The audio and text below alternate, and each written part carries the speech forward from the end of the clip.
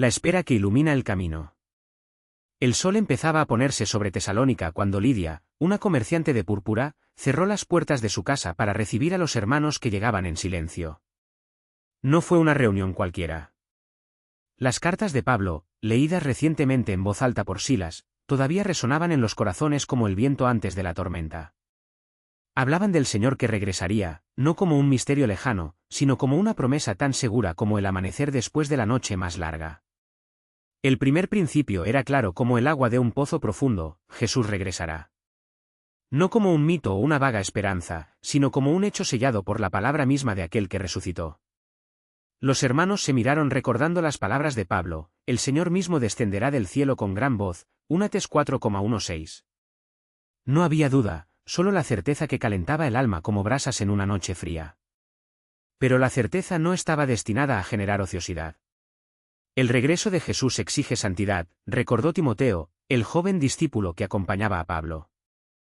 No se trataba de una moral rígida, sino de una vida transformada, vasijas de barro que transportaban tesoros.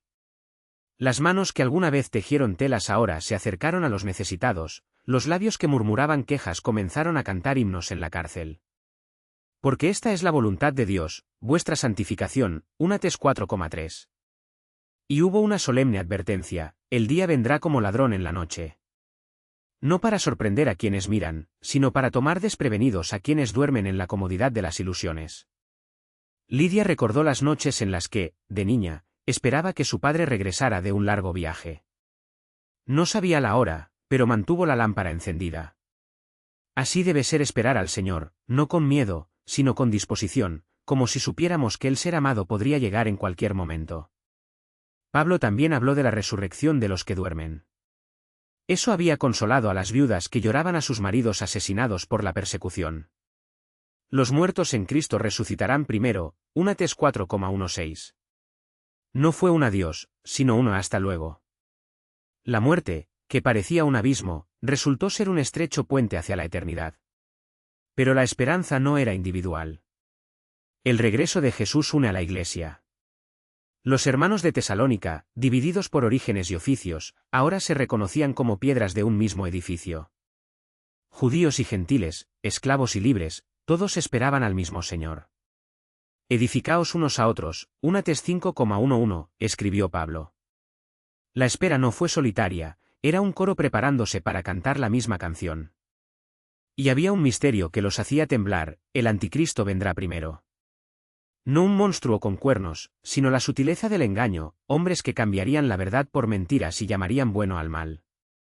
No os dejéis engañar, 2 Tes 2,3, advirtió el apóstol. La fe no era ciega, era un faro que distinguía la voz del pastor de las voces extrañas.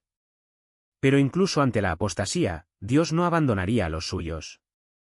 El espíritu que habitaba en ellos era la garantía de que, por más que creciera la oscuridad, la luz no se apagaría. Dios no nos ha puesto para ira, sino para salvación, 1 Tesalonicenses 5:9. La persecución no era señal de abandono, sino de pertenencia a un reino que el mundo no podía entender. Y así, entre oraciones y pan compartido, aprendieron que la espera es activa. No se trataba de cruzarnos de brazos, sino de trabajar mientras era de día. Las manos que sembraron trigo, repararon redes o escribieron cartas lo hicieron como si supieran que cada acto tenía peso eterno. Cada uno permanezca en la vocación a la que fue llamado, 1 Sobar 7,20, pero hacerlo con excelencia, como culto al Dios que todo lo ve. También hubo una invitación a la paz en medio del caos. El mundo clamaba por seguridad en imperios y ejércitos, pero habían encontrado descanso en un rey que no era de este mundo. La paz de Dios guardará vuestros corazones, Fil 4,7. Incluso cuando llegaron noticias de la persecución de Roma, sus rostros no se oscurecieron. La paz no era la ausencia de tormenta, sino la certeza de que el timonel conocía cada ola. ¿Y por qué? Al final, el principio que selló todos los demás: la esperanza es un fuego que se propaga. No podían guardarse para sí mismos la certeza del regreso de Jesús. Así como no se enciende una lámpara para permanecer debajo de un almud, así su fe debe brillar en las plazas, en los mercados, en las sinagogas. Porque no nos llamó Dios a inmundicia, sino a santificación, 1 Tes 4:7, y esa santidad era una invitación abierta a todos los que quisieran escuchar. Cuando se dijo la última oración y los hermanos se despidieron bajo el cielo estrellado, Lidia se quedó un momento en la puerta, mirando la ciudad dormida. No sabía cuándo regresaría el Señor. Pero sabía que, mientras esperaba, cada acto de amor era una piedra en el camino que conducía al encuentro de aquel que ya la había llamado por su nombre. Y eso fue suficiente. La mañana siguiente llegó con olor a pan recién hecho procedente de las panaderías cercanas al río. Lidia amasaba la masa con sus manos callosas, pero sus pensamientos estaban lejos de ahí. La noche anterior, un joven llamado Timoteo, recién llegado de Listra, había hablado de las persecuciones que se estaban intensificando en las provincias orientales. Queman los rollos de las Escrituras, había dicho con voz temblorosa, y obligan a los hermanos a blasfemar bajo amenaza de muerte. Las palabras resonaban en su memoria mientras trabajaba, mezclándose con el sonido de las aguas de Gangitis chapoteando contra las orillas. Afuera, un niño lloraba. Lidia se secó las manos en el delantal y se fue. Era Jonatán, hijo de Raquel, la viuda que vivía en la casa de al lado. El niño, de no más de 7 años, le sujetaba la falda con los dedos manchados de tierra.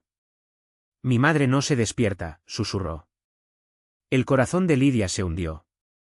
Conocía ese silencio en las voces de los niños, el mismo que había oído en los esclavos que llegaban al mercado, en los enfermos abandonados a las puertas del templo de Asclepio.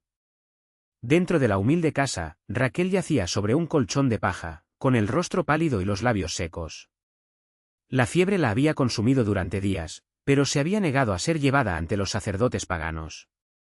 «Confío en el Señor», había murmurado la última vez que Lidia la visitó. Ahora su pecho subía y bajaba en respiraciones cortas, como si cada respiración fuera una batalla. Lidia se arrodilló a su lado, mojó un paño en la palangana con agua y se lo pasó por la frente. «Escúchame, hermana», dijo en voz baja, mientras Jonathan, agachado en un rincón, observaba con los ojos muy abiertos. «No estás solo.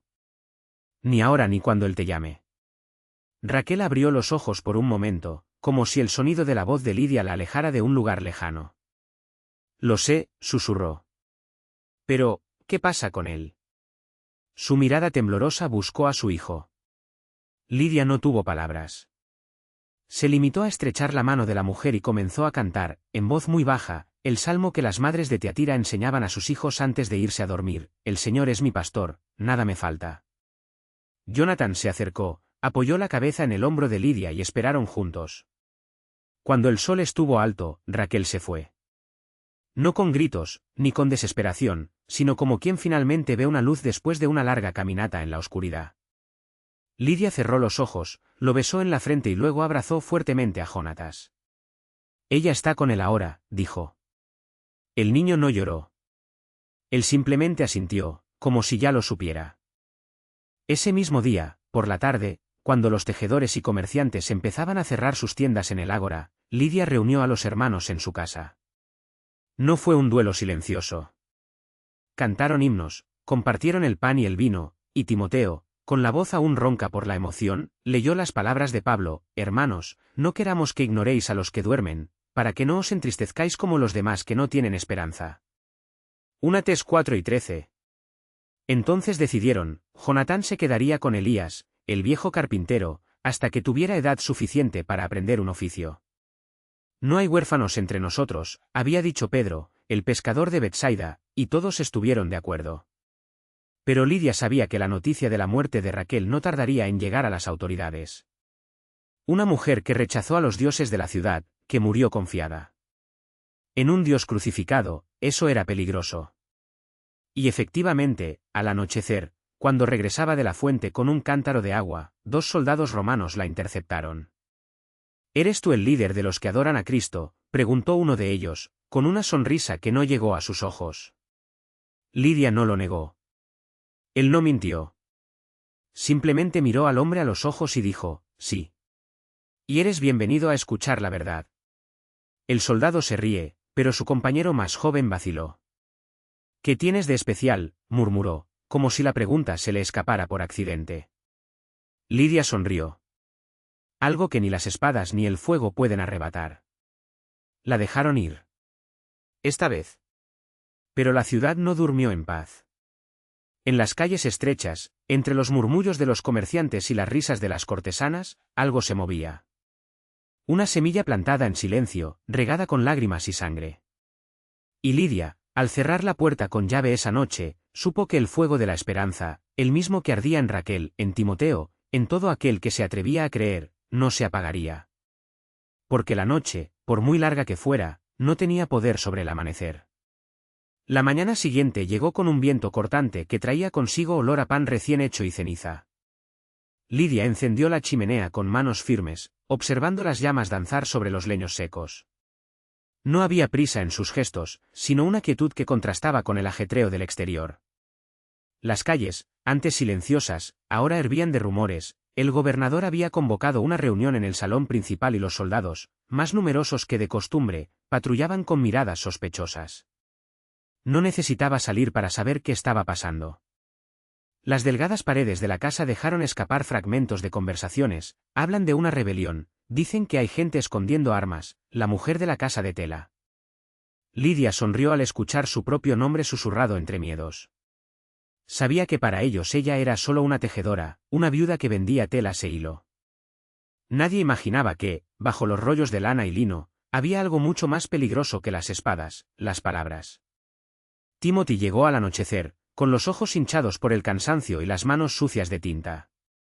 Traía consigo un trozo de pergamino enrollado y atado con un hilo de seda rojo. Raquel no pudo venir, murmuró, mientras Lidia desataba el nudo con cuidado. Ha estado observando los movimientos cerca del puerto. Dice que los barcos del imperio llevan más que grano. Lidia no respondió. Desenrolló el pergamino y leyó en silencio las líneas dibujadas apresuradamente, una lista de nombres y lugares que, para cualquier otra persona, serían inocentes. Para ellos eran el mapa de una resistencia que crecía como la maleza entre las piedras. «Saben que algo está pasando», dijo Timoteo, pasando los dedos por los hilos de lana que colgaban de la pared. «Pero no saben qué». «Porque buscan armas donde solo hay cables», respondió Lidia, guardando el pergamino dentro de un rollo de tela azul. «Y buscan traidores donde solo hay personas». Le sirvió té de menta, caliente y dulce, mientras la noche caía sobre la ciudad como un pesado manto. Afuera, el sonido de botas sobre adoquines resonaba a intervalos irregulares. Alguien tocaba puertas y hacía preguntas. Pero en esa casa, las respuestas estaban escondidas entre los hilos, cosidas en patrones que solo los ojos adecuados podían leer. ¿Y si vienen aquí? Timothy no la miró. Sus dedos temblaron levemente mientras sostenía la taza. Lidia se acercó a la ventana, descorrió la cortina lo suficiente para ver la luna llena, pálida y fría, reflejada en las espadas de los soldados que patrullaban la plaza. «Ya han venido», dijo en voz baja. «Y volverán. Pero hay una cosa que nunca entenderán, no se atrapa el viento dentro de una jaula». Cogió un ovillo de lana roja del cesto junto a la chimenea y empezó a enrollarlo con calma, como si tejiera no solo hilos, sino también tiempo. «Mañana», continuó, «llevarás este rollo a casa de Elías, el alfarero. Dile que el pedido es para la fiesta del solsticio. Y sabrás qué hacer». Timothy asintió, pero sus ojos aún brillaban con una sombra de duda. Lidia puso su mano sobre su hombro, sintiendo los músculos tensos bajo su túnica. «Créeme», susurró. «Incluso cuando todo parece perdido, la red sigue tejiéndose. Y un día verán que están atrapados en él sin saber cómo». Esa noche, mientras la ciudad dormía intranquila, Lidia permaneció despierta, escuchando el viento silbar entre las grietas de los muros. En algún lugar, Raquel observaba los barcos. En otro, Elías fabricó vasijas que nunca se usarían para agua o vino. Y en cada casa, en cada taller, en cada corazón que aún latía de esperanza, germinó la misma semilla. Porque el amanecer no es solo un amanecer. Es una elección.